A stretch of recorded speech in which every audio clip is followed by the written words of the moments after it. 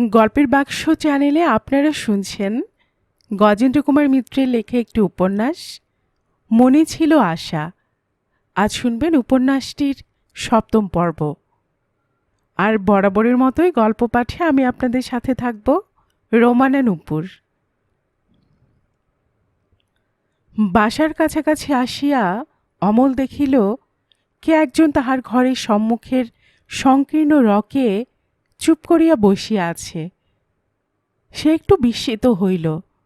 অপেক্ষাকৃত দ্রুত পদে ঘরের কাছাকাছি আসিয়া দেখিল আগন্তুক আর কেহ নহে, ইন্দু স্বয়ং।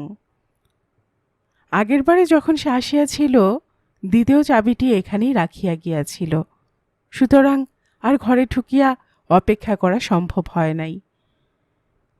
অমল বিস্মিত কণ্ঠে কহিল, আরে, আমি যে আপনারই শ্বশুরবাড়ি থেকে আসছি। এবার বিস্মিত হইবার পালা ইন্দুর।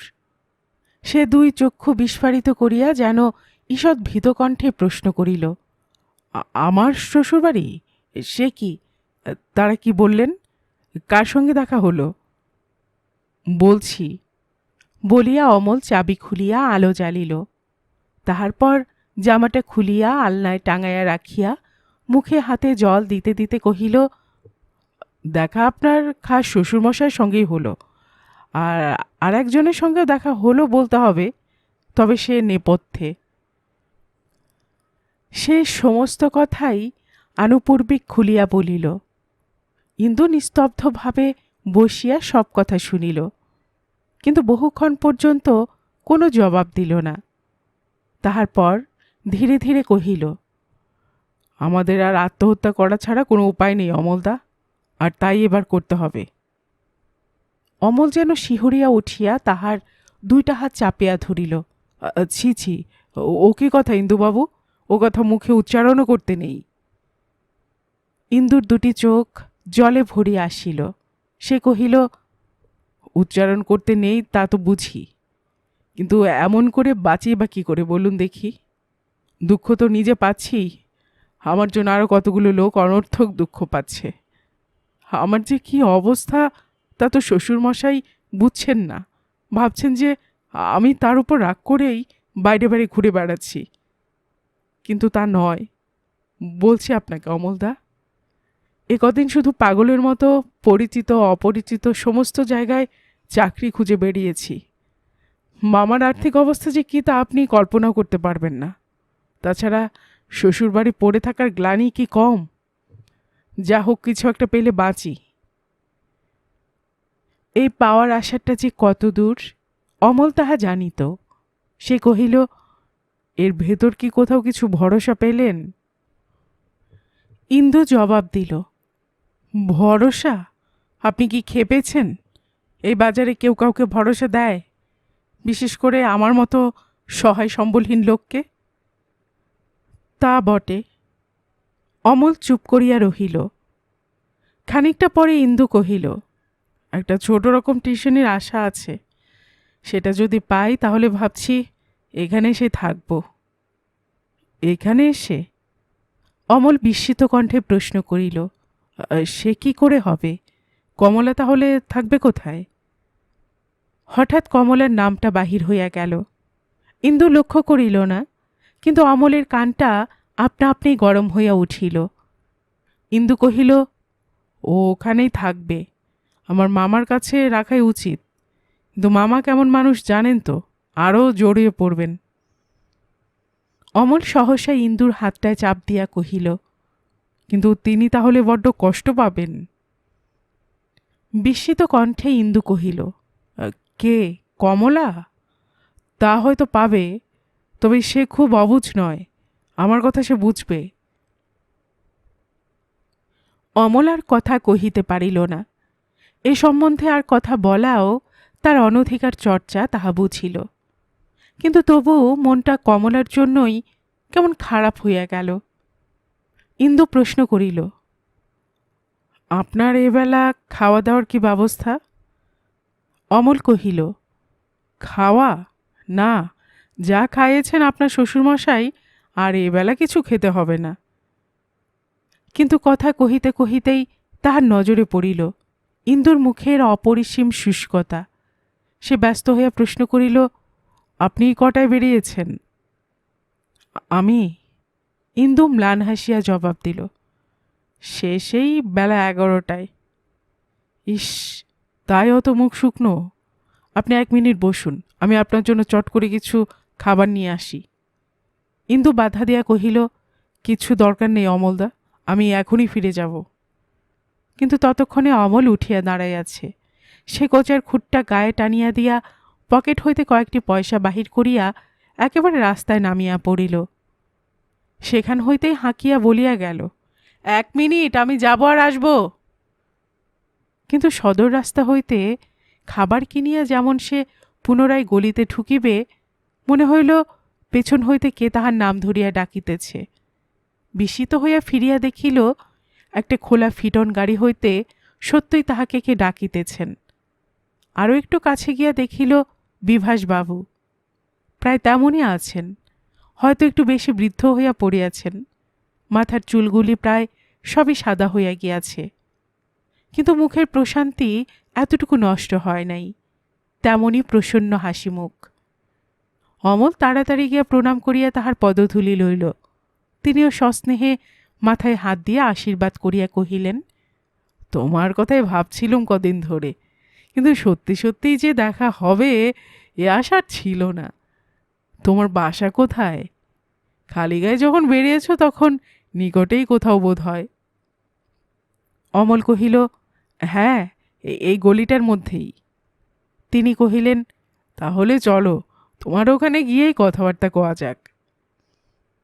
গাড়ি সেইখানেই রাখিয়া তিনি অমলের সহিত তার বাসায় আসিয়া উপস্থিত হইলেন এবং তাহারই অদ্বিতীয় বিছানাতে ইন্দুর পাশে বসিয়া পড়িয়া কহিলেন, এখানে তুমি একলাই থাকো বুঝি? কি করছো এখন? অমল প্রতি মুহূর্তে আশঙ্কা করিতেছিল যে বিভাসবাবু হয়তো দিল্লির কথা তুলিবেন, কিন্তু তিনি খুব সম্ভব ইচ্ছাপূর্বকই সে প্রসঙ্গ এড়াইয়া গেলেন।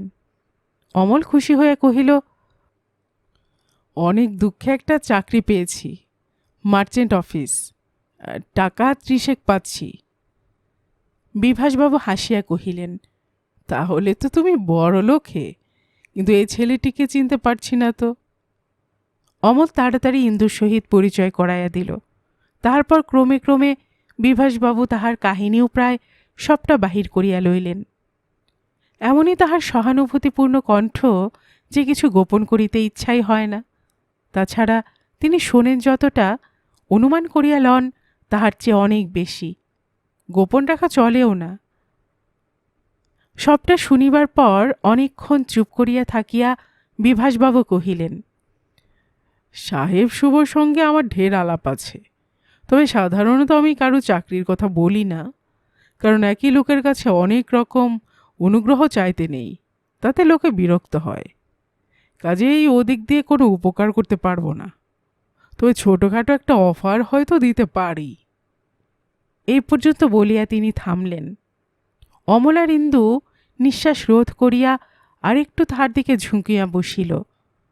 খানিক পরে বিভাসবাবু প্রশ্ন করিলেন, তোমার বউ লেখাপড়া কেমন জানে বাবা? ইন্দু বিস্মিত হইল, একটু লজ্জিতও হইল।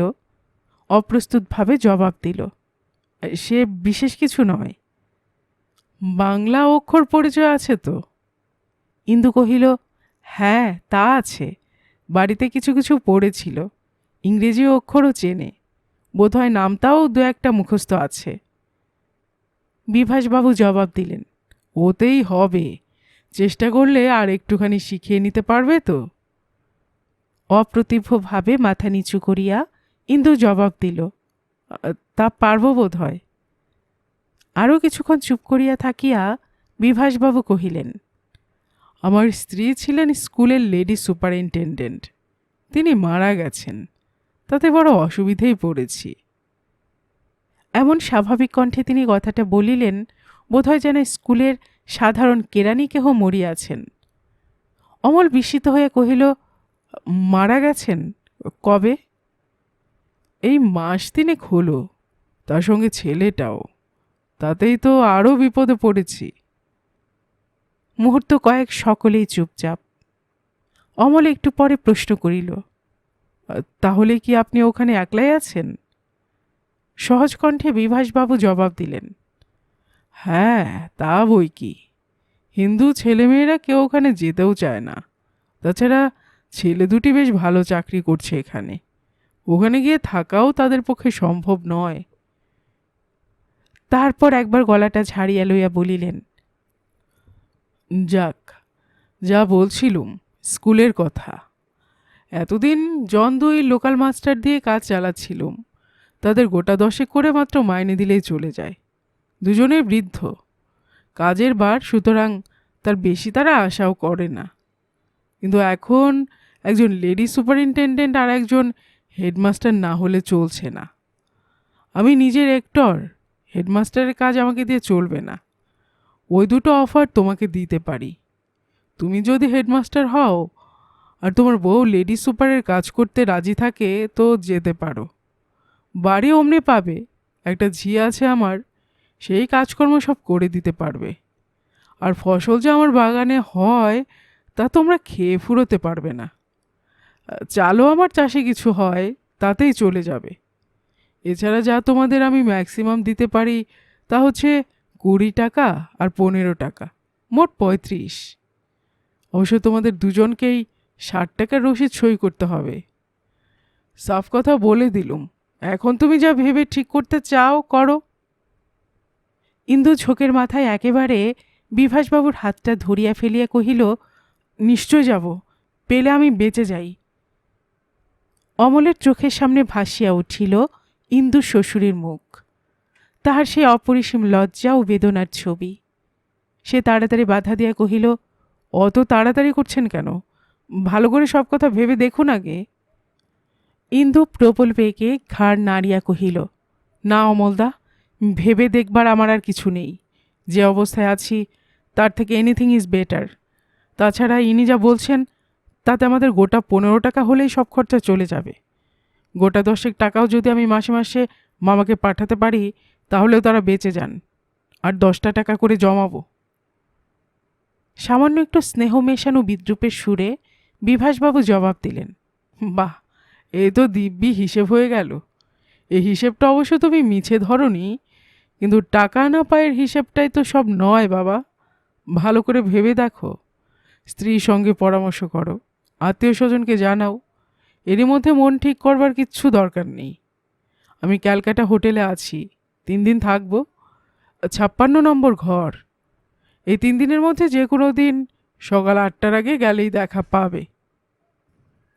বেশ করে ভেবেচিন্তে জানিও। ইন্দু কহিল, কিছু ভাবার নেই আমার, আমি যাবই। তাতে যার যা আপত্তি থাকে থাক। অমল কহিল, অন্তত আপনার স্ত্রীর মতটা তো নেওয়া দরকার। ইন্দু জবাব দিল, তার অমত হবে না। বিভাসবাবু একেবারে উঠিয়া দাঁড়াইলেন, কহিলেন, আমি এখন যাই। ভালো করে ভেবে দেখো, আমি এখন জবাব নেব না তোমার কাছ থেকে। তো একটা কথা বলে রাখি, এখন শোকের মাথায় যাচ্ছ, এরপর শ্বশুরমশাই একটা চাকরি ঠিক করে ডেকে পাঠালে যদি সেদিন চলে এসো তো আমি বড্ড বিপদে পড়ব। অন্তত কয়েকদিন আগে নোটিশ দিতে হবে। ম্লান হাসিয়া ইন্দু কহিল, সে আশা সুদূর পড়া হতো। দুজনেই বিভাসবাবুর সঙ্গে রাস্তায় বাহির হইয়া আসিল। অমল গলির মোড়ের কাছাকাছি আসিয়া মরিয়া হয়ে প্রশ্নটা করিয়া ফেলিল, কিন্তু ওই কি ওদের ভবিষ্যৎ, না আরও কিছু আশা ভরসা আছে? বিভাসবাবু সহসা ফিরিয়া দাঁড়াইলেন। গ্যাসের আলোতে মনে হইল যেন দৃষ্টি তাহার জ্বলিতেছে।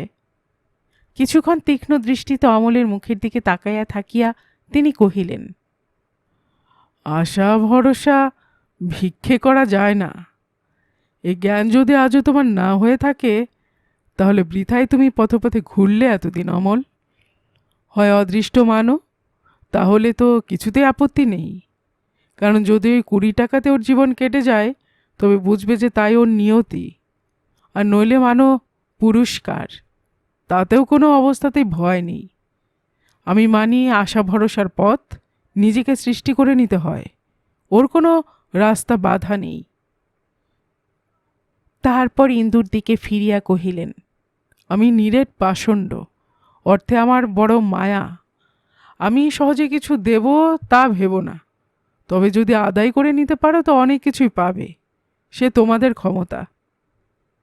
ইন্দু হেট হইয়া তাহার পদধূলি লইয়া কহিল, অদৃষ্টে আমার যা আছে তাই হবে, আমি যাবই। বিভাসবাবু তখন গাড়িতে উঠিতেছিলেন, জবাব দিলেন না। তবে অদ্ভুত এবং অতি ক্ষীণ একটা হাসির রেখা তাহার মুখে ফুটিয়া উঠিল মাত্র। গ্যাসের আলো তাহার মুখে চোখে আসিয়া পড়িয়াছিল। সে মুখের দিকে চাহিলে তাহার প্রসন্ন শান্তভাবে শ্রদ্ধা আসে, কিন্তু অস্ফুট বিদ্রুপময় দুর্গেও সে হাসির দিকে চাহিলে মনে মনে কেমন ভয়ও করে। অমল একটা ছোট দীর্ঘ নিঃশ্বাস ফেলিয়া মুখ ফিরাইয়া লইল। গাড়ি ততক্ষণে চলিতে শুরু করিয়াছে। পরের মাসে মাহিনা হাতে পাইবার পরেই অমল বড়বাবুকে ধরিয়া দিন কয়েকের ছুটি লইয়া দেশে গেল। দেশ কিন্তু কতকাল পরে। তাহার যেন কেমন লজ্জা বোধ করিতেছিল। চেনা লোকের সহিত দেখা হইলে কত রকম যে প্রশ্ন হইতে থাকিবে তাহার ঠিক নাই। সেসব প্রশ্ন হয়তো প্রশ্নকর্তাদের স্নেহেরই পরিচায়ক, কিন্তু তাহার পক্ষে যেমন অপমানকর তেমনি কষ্টদায়ক। তাহার পর বাবা, তাহার সহিত প্রথম চোখাচোখি হওয়ার কল্পনাতেও সে বারবার ঘামিয়া উঠিতেছিল, অথচ না গেলেও নয়। বহুদিন আগে কোনো এক ইংরেজি উপন্যাসে এমনি এক প্রডিগালের গৃহ প্রত্যাবর্তনের কাহিনী পড়িয়াছিল। সেই কথাটাই বারংবার তাহার মনে পড়িতে লাগিল। দুশ্চিন্তা তাহার যতই থাক, স্টেশনে যখন ট্রেন পৌঁছিল তখন নামিয়া পড়িতেই হইল। ইহার পরও প্রায় 2 মাইল পথ তাহাকে হাঁটিতে হইবে, এবং একেবারে গ্রামের মধ্য দিয়াই। গাড়ি যে একেবারে না পাওয়া যায় তা নয়, কিন্তু তাহাতে আরও সকলের তাকাইয়া দেখিবার সম্ভাবনা। বরং মাঠের পথ ধরিলে হয়তো বেশি লোকের সহিত দেখা হইবে না। সে কোনো মতে গোবিন্দর চায়ের দোকান এবং নিবারণের খাবারের দোকানের পাশ কাটাইয়া মাঠের পথে ধরিল। কলিকাতা হইতে আসিবার সময় সে বাবার জন্য খানিকটা ফৌজদারি বালাখানার তামাক সংগ্রহ করিয়া আনিয়াছিল। ছেলেবেলায় কে একবার শহর হইতে ওই বস্তুটি আনিয়া দেয়। সেই সময়কার তাহার সেই আনন্দের চেহারাটি সে আজও ভুলে নাই। আর ছিল ছোট ভাই বোনদের জন্য কিছু সন্দেশ। জিনিসগুলি একটি ছোট্ট পুটুলি বাঁধিয়া হাতে ঝুলাইয়া লইয়াছিল। নিজের খান্দুই কাপড় জামাও একটা খবরের কাগজ জড়ানো অবস্থায় সেই পুটুলির মধ্যে পোড়া ছিল। সুতরাং মালপত্রের বিশেষ কোনো বোঝা হয় নাই। মালপত্র বেশি থাকিলেই লোকের দৃষ্টি আকর্ষণ করে, আর তাছাড়া কী বা আছে তাহার।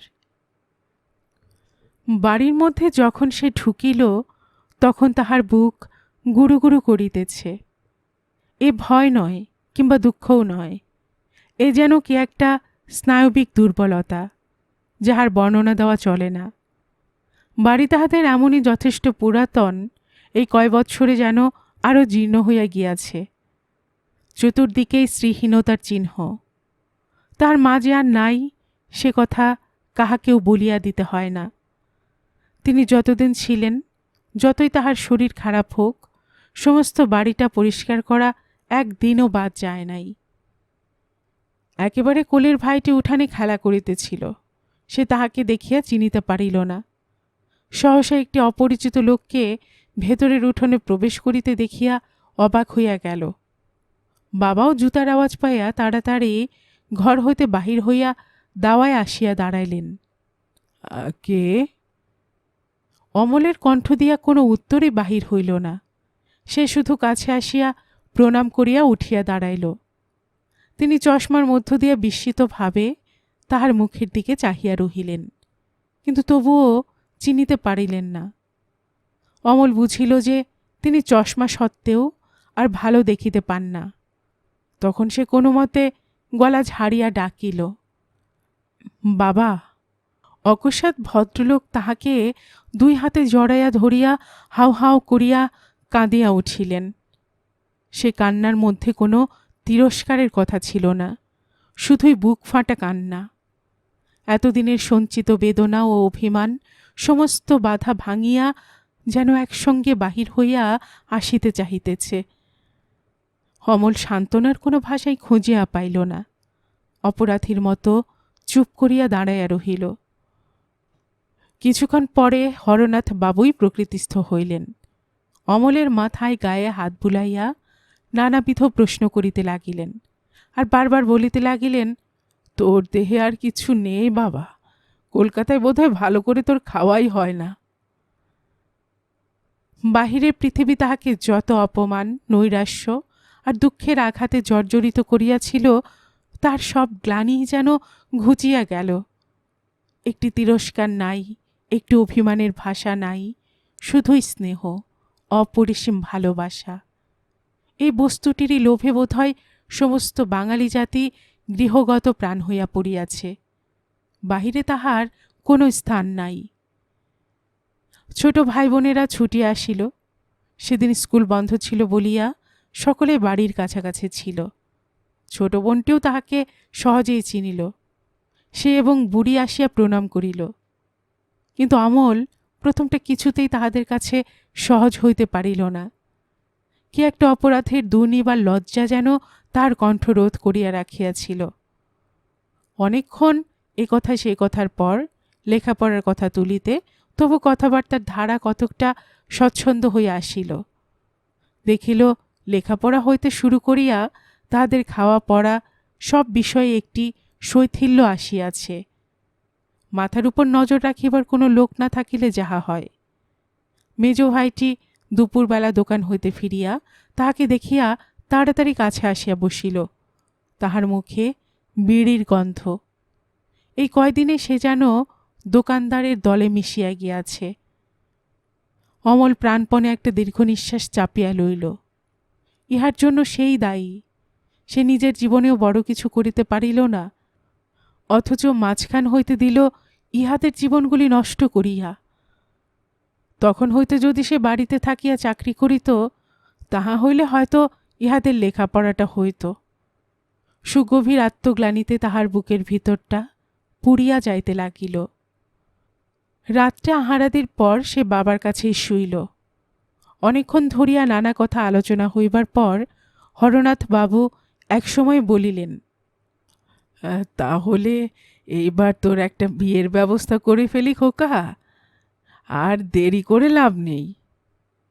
অমল চমকিয়া উঠিল, কহিল, বিয়ে? সে কি? টাকা মাইনে পায় বাবা, তা আপনি ভুলে যাচ্ছেন? হরনাথ বাবু যে ম্লান হয়ে গেলেন তাহা অন্ধকারের মধ্যেই অমল অনুভব করিল। খানিকটা পরে তিনি কহিলেন, তা বটে, তবে এখানে আমাদের খরচা তো কম। তুই যা পারিস আর তার সঙ্গে খোকার টাকা কটা পেলে একরকম করে কুলিয়েই যাবে। গেরস্থ ঘরের মেয়ে আনলে কত আর খরচা বাড়বে, পেটে এক মুঠো খাবে বই তো নয়। অথচ এদিকে যে আর ঘরদড়ির দিকে চাওয়া যায় না, একটা লোক না হলে কি চলে? কথা কটি যে খুবই সত্য তাহাই এই দুই বেলাতেই অমল অনুভব করিয়াছে। হরনাথবাবু চোখে ভালো দেখেন না, কিন্তু তবু তাহাকেই রান্না করিতে হয়। বুড়ি জোগাড় দেয় মাত্র, উনানের কাছে যাইবার মতো বয়স তাহার হয় নাই। লোক একটা চাই। ভবিষ্যতের দিকে চাহিয়া সে বাপ মাকে ঢের কষ্ট দিয়াছে। মা তো চলিয়াই গিয়াছেন, বাপও মৃত প্রায়, অথচ সে ভবিষ্যৎ তো এই। মিছিমিছি সকলকার বেশি কষ্ট দিয়া লাভ কি? যাহা হইবার হোক, সে আর কাহারও ইচ্ছায় বাধা দিবে না। খুব মৃদুস্বরে সে বলিয়া ফেলিল, আপনি যা ভালো বোঝেন করুন। তখন ভরসা পাইয়া হরনাথ বাবু আসল কথাটা ভাঙিয়া বলিলেন, মেয়ে তিনি ইতিমধ্যেই দেখিয়া রাখিয়াছেন।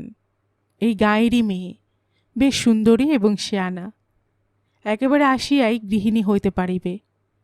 অবশ্য অমল দেখিয়া পছন্দ না করিলে পাকা কথা দেওয়া যাইবে না, তাহা তিনি বলিয়াই রাখিয়াছেন। তবে তাহার মনে হয় অমলের খুব অপছন্দ হইবে না। আরও অনেক কথাই তিনি বলিয়া চলিলেন, কিন্তু অমলের কানে আর তাহার সবগুলি পৌঁছিল না। বিবাহের কথা মনে হইতেই তাহার মন চলিয়া গিয়াছিল ইন্দুর বিবাহের দিনটিতে।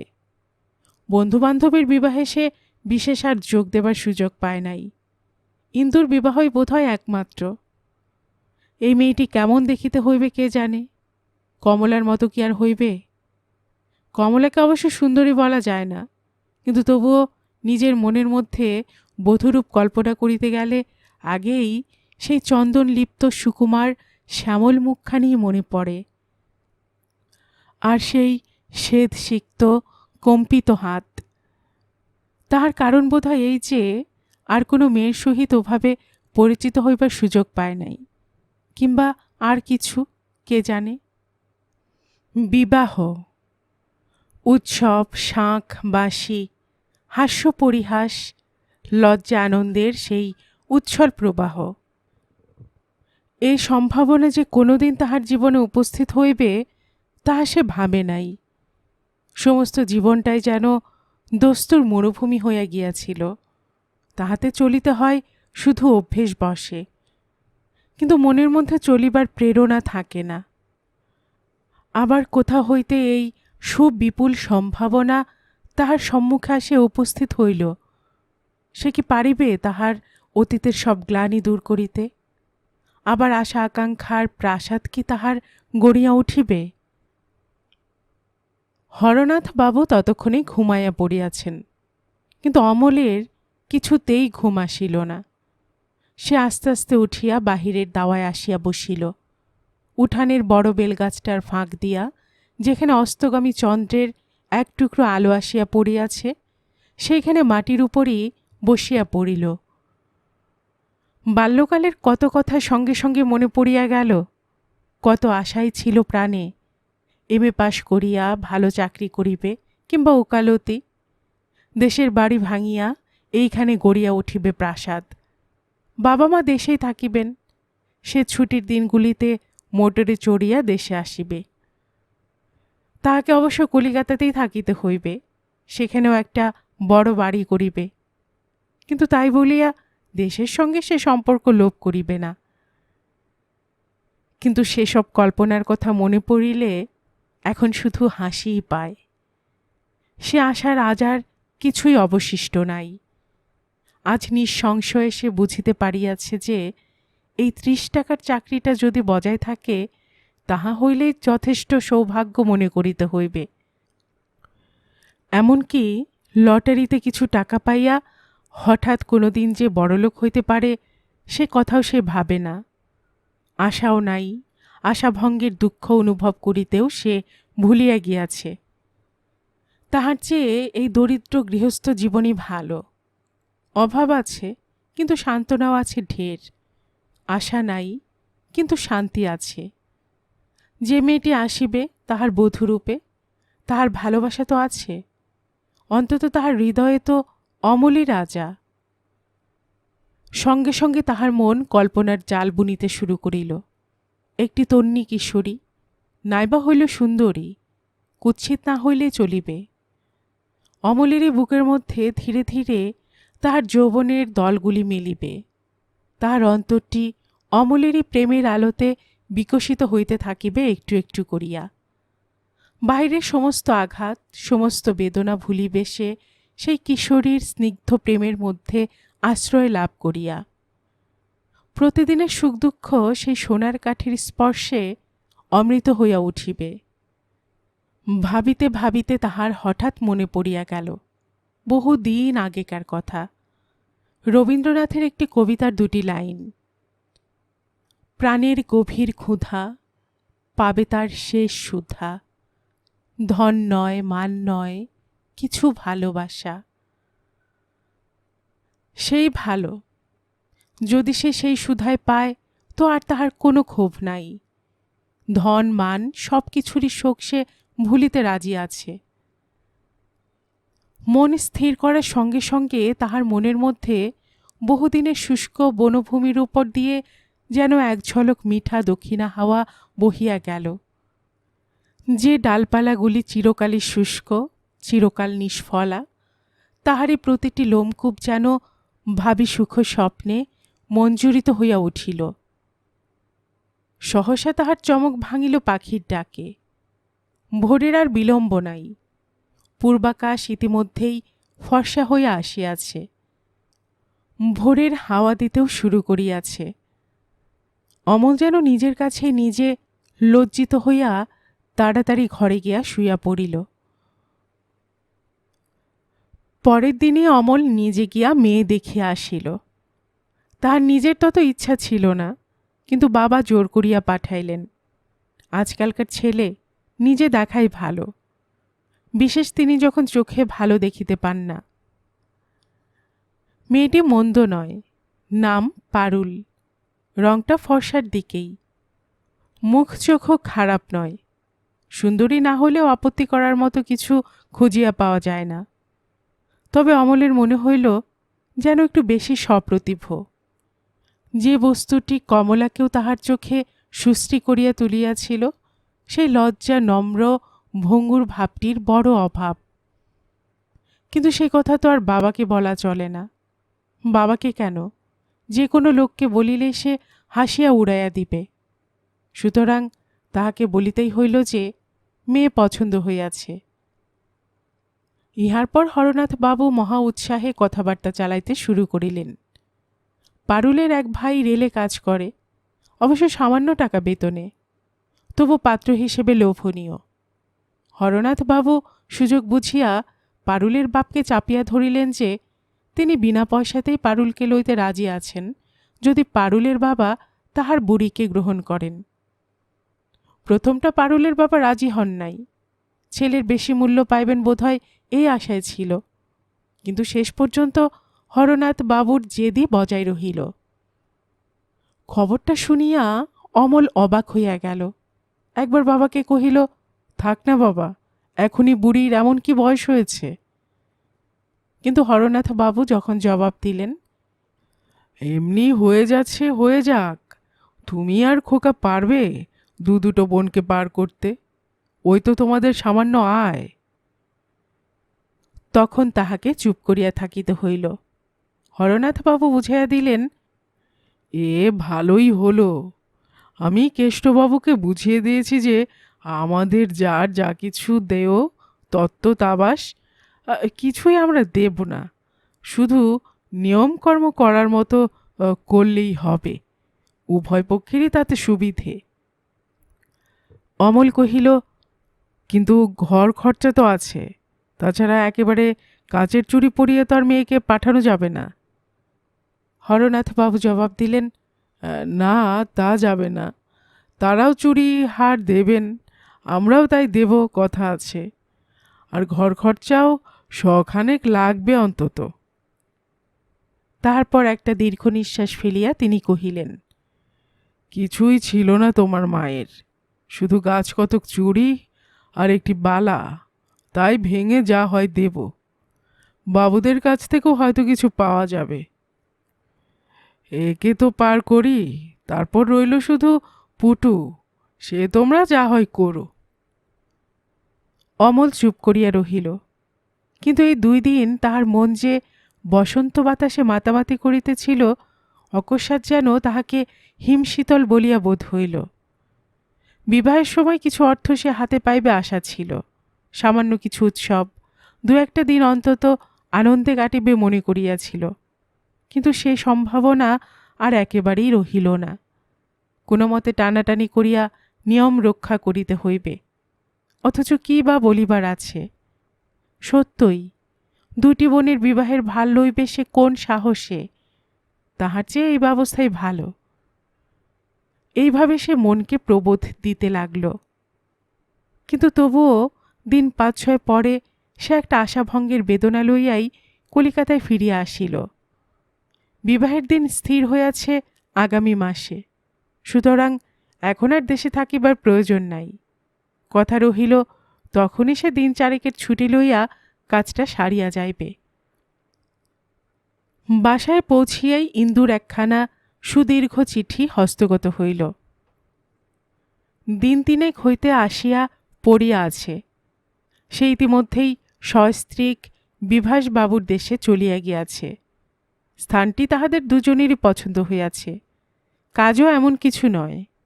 বাসা, লোকজন সব ব্যবস্থাই বিভাসবাবু করিয়া দিয়াছেন। সে সম্বন্ধে বহু উচ্ছ্বাস করিয়া শেষে লিখিয়াছে, আমি নাকি হেডমাস্টার, আর আপনার কমলা লেডি সুপারিনটেন্ডেন্ট। হেসে বাঁচি না। যাই হোক, এ যেন বেঁচে গেলাম অমলদা।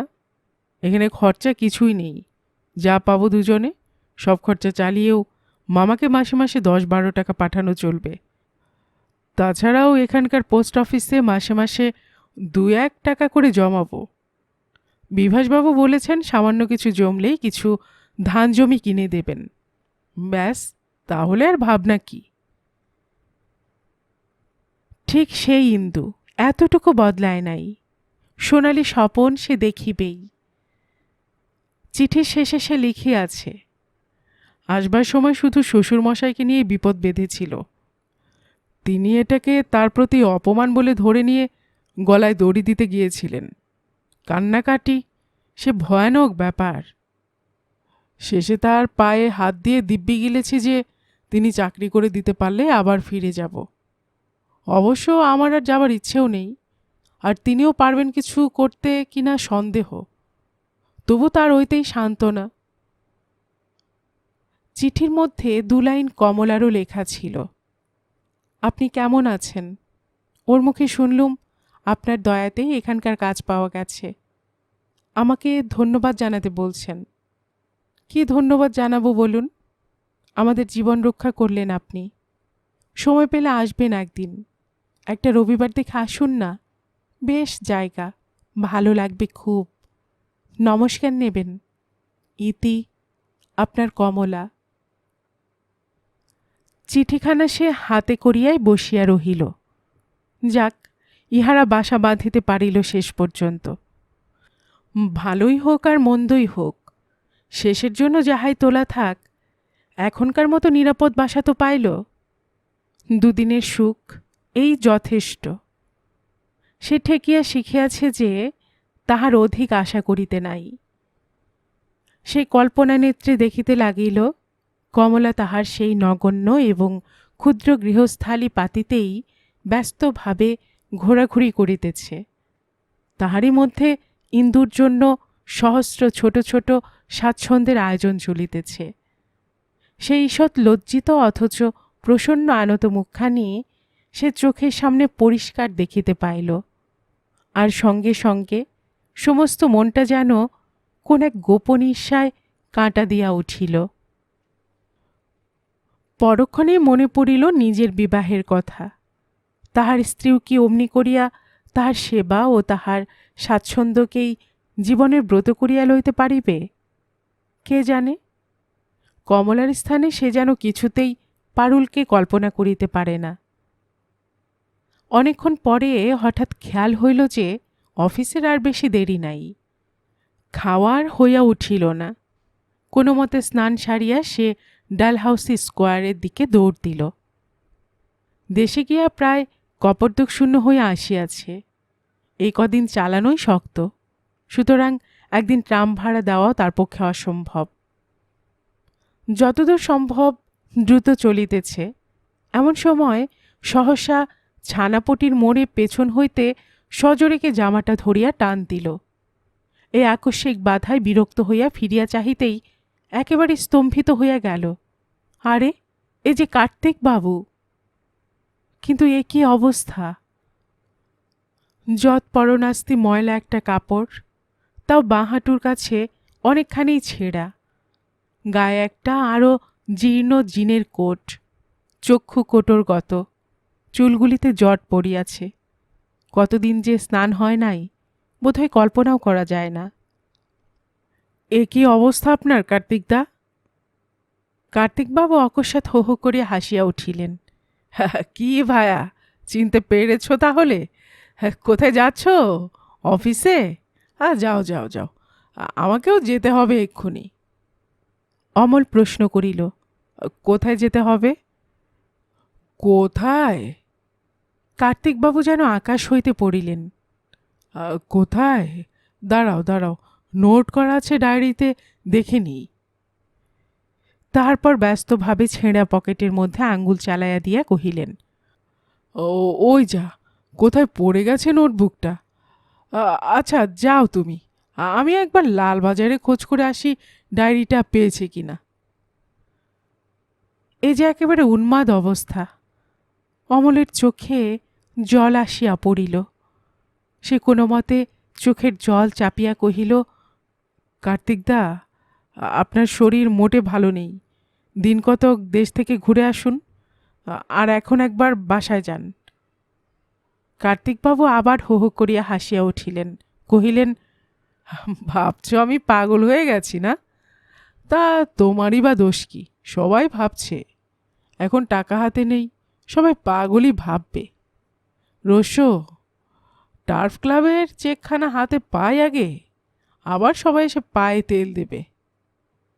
বলিয়াই তিনি দ্রুতপদে ধর্মতলার দিকে হাঁটিতে শুরু করিলেন। অমলও কোচার খুঁটে চোখ মুছিয়া অফিসের দিকে চলিল।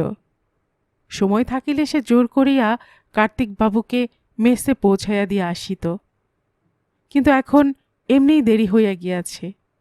এ লোকটি একদিন তাহার কি যে উপকার করিয়াছিল তা কোনোদিন সে ভুলিতে পারিবে না। কিন্তু খানিকটা চলিবার পরই আবার পেছন হইতে ডাক শুনিয়া ফিরিয়া দেখিল কার্তিকবাবুই দৌড়াইতে দৌড়াইতে আসিতেছেন।